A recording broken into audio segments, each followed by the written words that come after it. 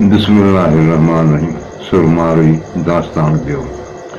हिन दास्तान में मारवी क्लेम थी करे जेको उमिरि सां त वरी हीउ जेको असांजो वास्तो आहे मुंहिंजो मारूअ सां जेको अॼुकल्ह जो कोन्हे, हीउ जॾहिं मीसा खां मैदान सॼियो तॾहिं खां असांजो वास्तो आहे। पोइ अहिड़े क़िस्म जो ज़िक्र आहे हिन में।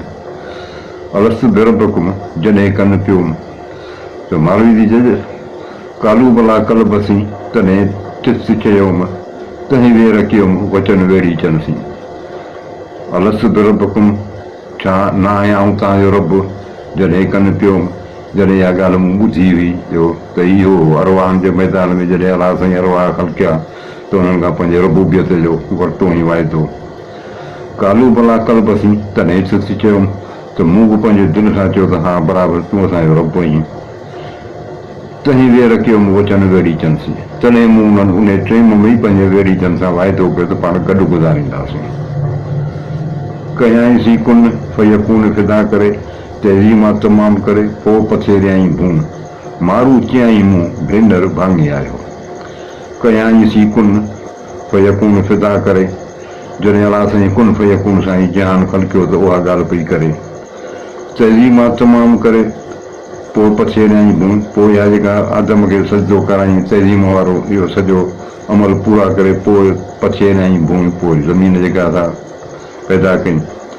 मारू चयाई मूं भेनर भाङे आयो। हीउ खेत्र जेको मारू मूंखे उन वक़्त खां ई मुंहिंजे हिसे में आयो हो। न का कुन फयकून हुई न को लिंग लहम, बणियो हो न बुत में अञा की आदम, मूं तो ई थी समूं उहा साञाए सुपरी। न का कुन फयकून हुई, अञा कुन फयकून वारो अमल बि कोन थियो, न को लिंग लहम न को उज़वा न मास, बणियो हो न बुत में अञा की आदम, अञा आदम जो बुत बि कोन ठहियो हो। मूं तो ई थी समूं उहा साञाए सुपरी। ए महबूब मुंहिंजी तॾहिं खां तोसां इहो सुञाणप आहे, तॾहिं खां ई मुंहिंजो तोसां संग आहे। न का कुन फयकून हुई न का मूरत मार, न का सुध सवाब जी न को गरज गुनाह, हिकु आई हिकु ही वैदानियत वाह, लिखियाई लतीफ़ चए उते ॻुझांदड़ जी ॻाल्हि, मूं तो ई सी आहे उहा साञाए सुपरी। न का कुन फयकून, अञा कुन फयकून बि कान थी हुई, न का मूरत मां माना चंड जी वञा सूरत वजूद में कान आई, न का सुध सवाब जी न को गरज गुनाह, ऐं सवाब ऐं गुनाह जो बि अञा को ज़िक्र कोन हो, का उन जी ख़बर बि कान हुई, न को उन सां को वास्तो हो। हिकु ई हिकु हुई वैदानियत वाह, हिकिड़ी ख़ुदा जी ज़ात हुई, बसि उन जी प्रचार हुई।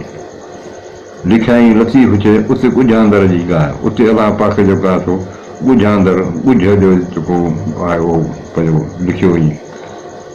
मूं तो ई सी आहे उहा साञाए सुपरी। ऐं महबूब मुंहिंजी तोसां उन वक़्त खां वठी सुञाणप आहे। चई कुन फयकून चे ख़लकिया रूह ख़ुदा, गॾु जिते गुज़रान हो जड़ लॻी तंहिं जाइ, मूं तो ई सी आहे उहा साञाए सुपरी। चई कुन फयकून थे ख़लकिया रूह ख़ुदा, कुन फयकून चई काइनात जो सिस्टम ठाहे, थे ख़लकिया रूह ख़ुदा, ख़ुदा रूहनि खे पैदा कयो। गॾु जिते गुज़रान हो जड़ लॻी तंहिं जाइ, उते जेको रूहनि जो गॾु हुजणु हो, मुंहिंजी उन ई जाइ ते तोसां जड़ लॻी वई, मोहबत थी वई।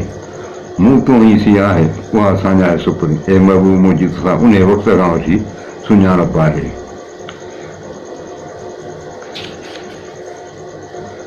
साए मुस्के जीअं अज़ान जे आवाज़ खे मूं तन अंदरि तीअं उकंड अबाणनि जी।